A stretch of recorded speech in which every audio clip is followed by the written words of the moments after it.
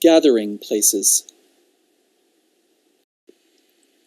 Family resource programs are not a new invention, but a contemporary version of gathering places.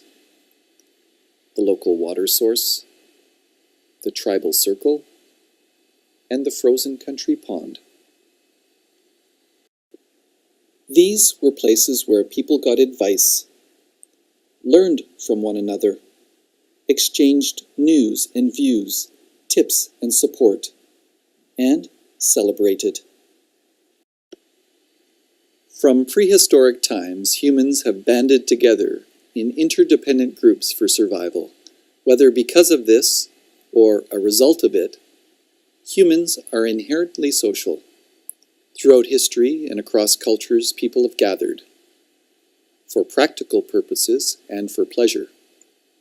Gathering has enabled collaboration, allowed for the exchange of goods, and ensured the transference of knowledge and skills to the next generation. Gathering allows for face-to-face interaction and exchanges which are vital elements needed to engender trusting relationships. The endurance of human beings throughout history has depended on the relationships with other human beings. Margaret Wheatley, management consultant and researcher, observed, "The scientific search for the basic building blocks of life has revealed a startling fact. There are none." The deeper the physicists peer into the nature of reality, the only thing they find is relationships. Even subatomic particles do not exist alone. One physicist described neutrons, electrons, etc. as a set of relationships that reach outward to other things.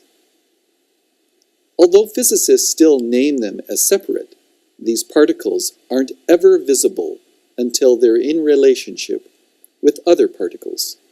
Everything in the universe is composed of these bundles of potentiality that only manifest their potential in relationship.